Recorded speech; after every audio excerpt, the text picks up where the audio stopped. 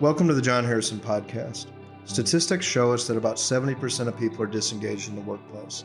Obviously, that affects bottom lines of companies, individual, their own engagement at work, but also affects families and communities. We don't want to just be frustrated about things that are going on in the workplace or in the world. We want to do something about it. So we're going to talk about this while others aren't, and we hope you will join us on this journey. Welcome back to the Jon Harrison podcast. This is Colby. I'm joined today by John, Melissa, and Christy. We're here today to talk about goals, setting goals, all those great things. New year, very relevant. One of the things I like to think about when setting goals is the SMART framework, which stands for specific. So is a goal, does it have a specific point to it? Can't just be like really broad, like I just want to be better. That's not very helpful. We don't know if we achieved it or not. Measurable. Is this something that we are able to track in some shape, form, or fashion? Typically, numbers are a really good part of that. If we can attach some kind of number to our success, that's really good. The A stands for achievable. So is it something that you could actually accomplish, right? I could say I want to make $10 billion this year. That'd be really nice, but, probably not in the realm of achievability. What is something I know I could do? Could I make 5% more money this year? Relevant is our goal. Is it relevant to what we're trying to accomplish here? I could say that I want the Jon Harrison company to be really great at making balloons this year, but that really has nothing to do with what we're doing. So we want our goals to be relevant to what we're doing overall. And then finally is time bound. Is our goal, is there a specific time limit to it? We don't want to just say that we want to accomplish this at some point. We want to actually know, when are we going to try to get this done? So that's the SMART framework, and I'm just interested to hear what y'all think about setting goals in general.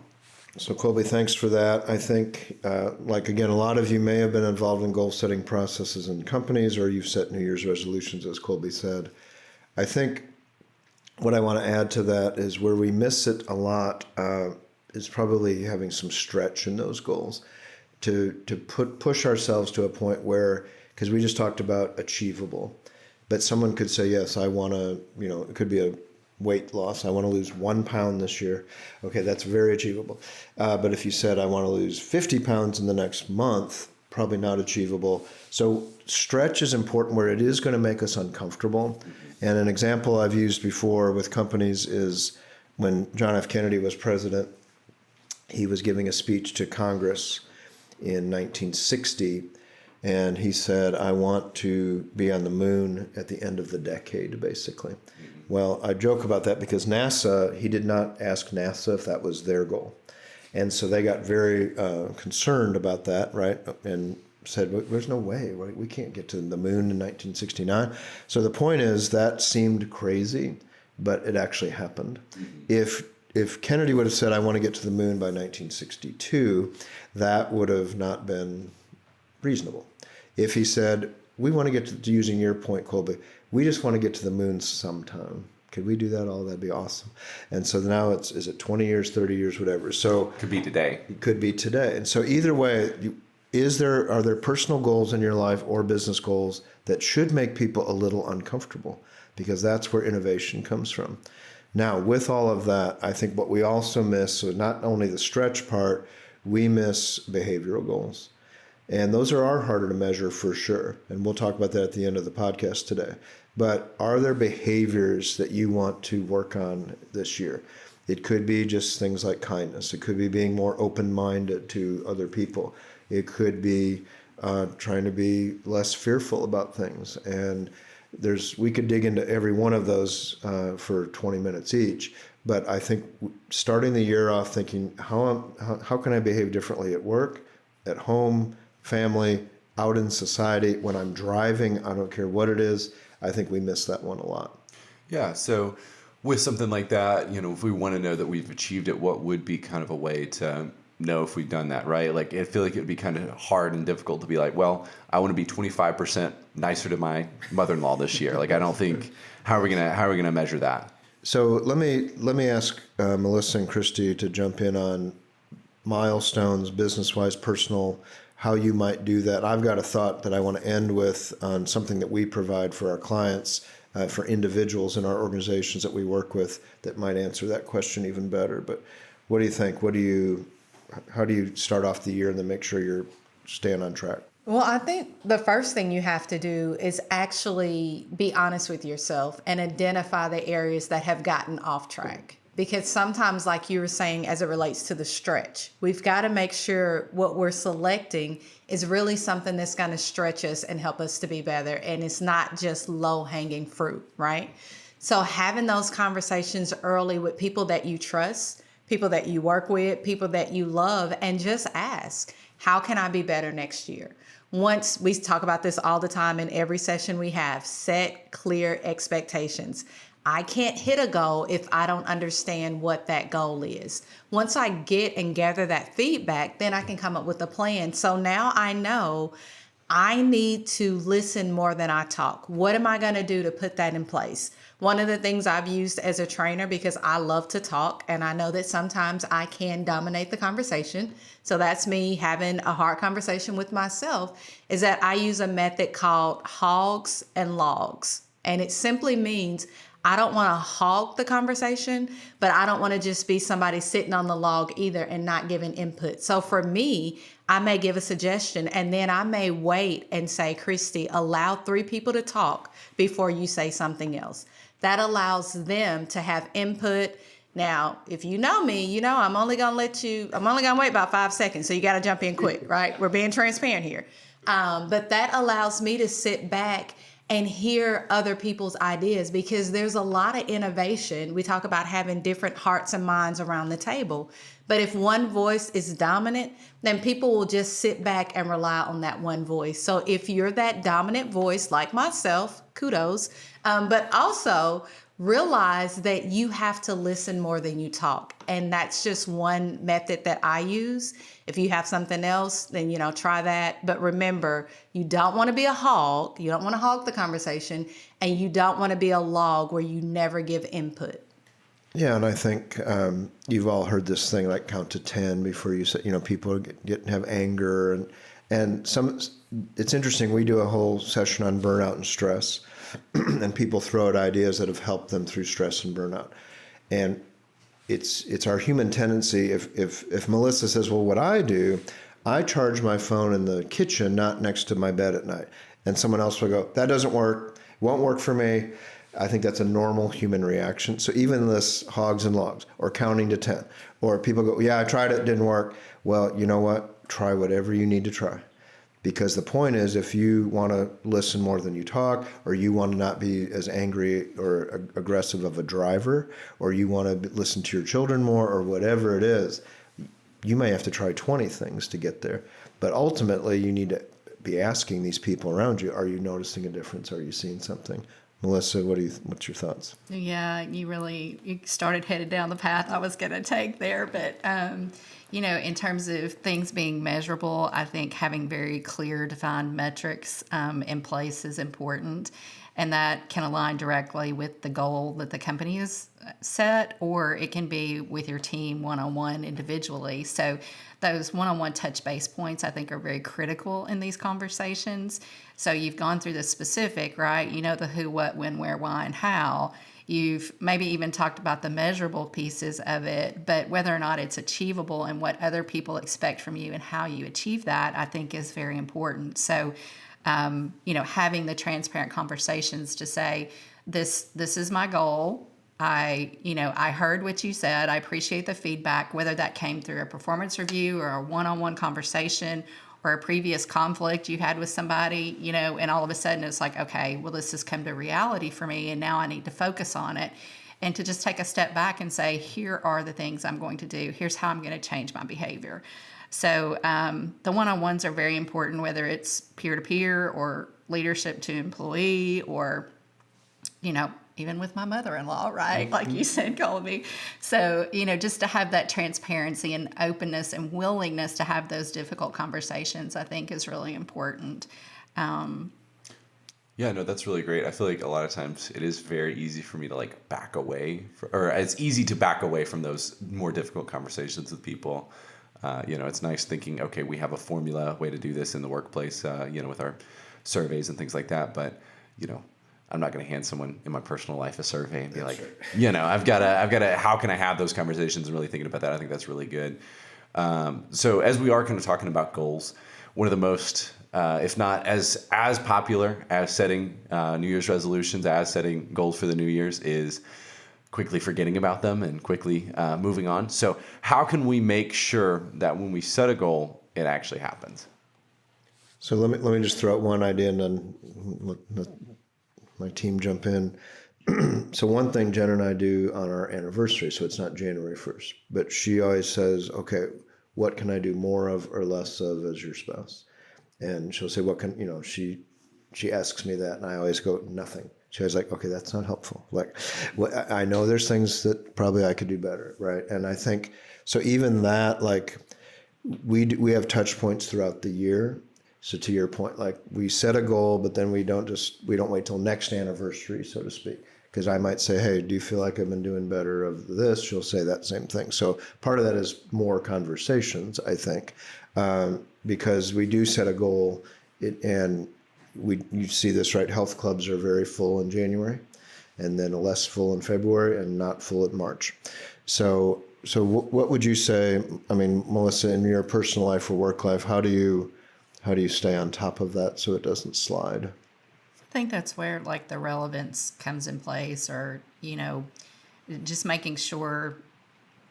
Well, let me just give you a really personal example. How about that? So, my husband and I, we've been married for almost 14 years now, right? And through the evolution of that process and previous experiences in relationships, we've learned to kind of hit the pause button and just have real conversations sitting in the living room without the TV and without our phones. Mm-hmm. And sometimes the distractions just tend to get the best of us, and the pace of life and all the responsibilities and all those kinds of things. So I think just being able to hit that pause button and have a real checkpoint at some point. You're going to talk about this a little bit more in a minute, John, but, we have I statements that are very focused on behaviors. And so to have those real conversations about, well, that went well, or that was a train wreck, or I wish that had gone differently, or, hitting that pause button and having those transparent conversations, I think is really important to make sure that it is relevant to where you guys are going, and for me, it's our marriage, right? Where are we going and how are we going to achieve it? And are we going to do this together or separate? But the same conversations happen in the workplace. Yeah. I think it's important to have, and you guys are saying it, and I'm just putting a label on it, an accountability partner. Like someone you've shared those goals with, and you're saying, here's where I am, and here's where I'm trying to go. And then together, you put in 90 days, we're going to come back, we're going to have this conversation. Here's some exercises I'm working on. But you have to, if you really want to change, write the vision, make it plain is what comes to my mind. Like you have to put it on paper. It has to be something that you see so you know exactly where you're going. And then I always work backwards. If this is the goal, how long is it going to take me to get there? And what are my milestones to know whether or not I'm there? And I post a lot on my mirror. Like there are Post-its on my mirror so that I have to see it every day. And when I reach a milestone, I get to take it off. And if you're like me and you like to cross things off, that's just a great reminder. And then there are sometimes, since we're all being transparent, that I have to put it back on there because it's okay to do, like John was saying, okay, you went to the gym for a little while and then you fell off in February and you only went once in March and it's time to put the Post-it back on the mirror and hit that reset button and say, okay, if I'm really going to lose 20 pounds, I've got to get back at it. And I think what happens, businesses, by February, the business goes, well, we're not going to hit that goal. We thought we were going to do blah, blah, blah. And then this happened, or the economy went south, or we had this IT problem. And to not just say, well, the year's over. And I think that happens a lot with personal goals. It could be health, could be behavior. Well, I just blew up at my mother-in-law yesterday, and I said I wasn't going to do that. I said I would, and now you go, it's lost. No, get back on the train, basically. And I think that's important for people and companies to go, no, things happen. And true success, you've heard all the stories about Michael Jordan getting cut from his 7th grade basketball team and all that stuff. And you miss a lot more shots than you take. And those can be kind of cliche, but I think it is important that you are going to slip up. You are going to take a step backwards on occasion. But I think true VIP way in people get back on track pretty darn quick and know we've got things to accomplish and we're not going to kind of wallow in our failures. Yeah, no, I think that's great. One other thing I kind of want to talk about as we're kind of wrapping things up is how can we set we can think of big goals, right? We want to set big goals. We want to have big ideas of where we want to go. But I feel like, with our bigger goals that we set, we almost need sub goals underneath those goals to really keep us on track, right? If let's say we're trying to increase revenue at our company, right? There's probably specific things that we need to be doing underneath that goal to make sure that happens. So could maybe you, John, talk a little bit about that? Yeah, and obviously I came from a huge company, right? $60 billion kind of company, and we would have very high level goals, but those had to be broken down department by department to individuals so that it all kind of cascaded up. And again, if we said we want to improve revenue by this amount, or we want to, in our worlds and factories, we had scrap and rework and things like that. So we had to have targets throughout even the week sometimes that broke that down to how did we do this week on that measurable goal. Certainly by department, but think about so Jen, she works with people sometimes on some health and nutrition stuff for exercise, whatever. And again, people set too big of a goal, and I'm going to lose 50 pounds by June 1st. And she's always like, hey, before we do that, let's talk about individual things you can change today. Well, man, I drink 6 sodas a day. Well, that's a great place to start, right? And I think sometimes we miss it by having this big overriding goal instead of these little daily, weekly things. And all of a sudden, when you start getting some success, wow, I lost 2 pounds because of blah, blah, blah. Wow, that's a great victory, and some things like that I think have to happen. For sure, yeah. And I think even kind of with that losing 50 pounds example, that probably is too much for most people. But if that was your goal, right, trying to think through, okay, what do I need to be achieving each month to get there, right? Yes. Just saying I want to lose 50 pounds by June, right? Okay, that's really up in the air, and it's like, okay, how do I know to get there? What is your specific? How much are you trying to lose this month? And then do that the next month, and then keep moving forward. I think that would. And back to we're just staying on that track.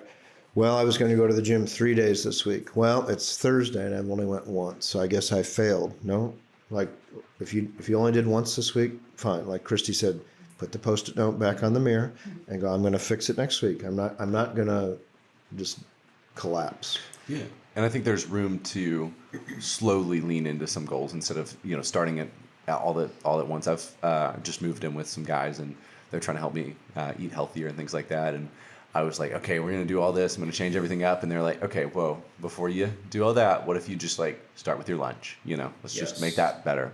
And then once you do that, let's move forward to breakfast, and then you can move forward. But let's start simple, ease into it. I think that helps a lot and helped me. So. Even with companies, making sure that everybody knows what that goal is and that it's in front of them. This is the goal we're trying to reach by the end of the year. So where are we after the first quarter? What did we do well? Where are we struggling? What do we need to improve? And each quarter there are updates so people know. We talk about it. We call it the report card, right?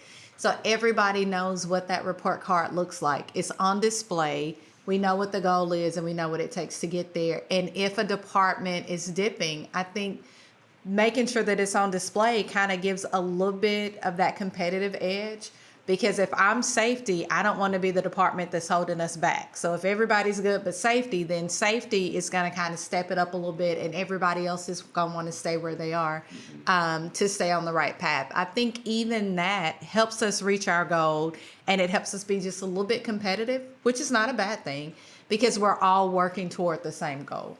Yeah, and with that, what we probably also miss is the why. So, for example, why do I want to lose weight? Why do I want to be nicer to my mother-in-law? Why do we want, in our case, why do we want Jon Harrison, this mission to grow? It's important. It's not about revenue for us. We need revenue because I need to pay Melissa and Christy and things like that. We have to pay for our house or whatever. But the why is really important. And I think sometimes you just have to train your brain too. Like I know Jen has talked about with food, even for some people. This has helped a lot of people. Is this going to nourish my body, or is it going to diminish?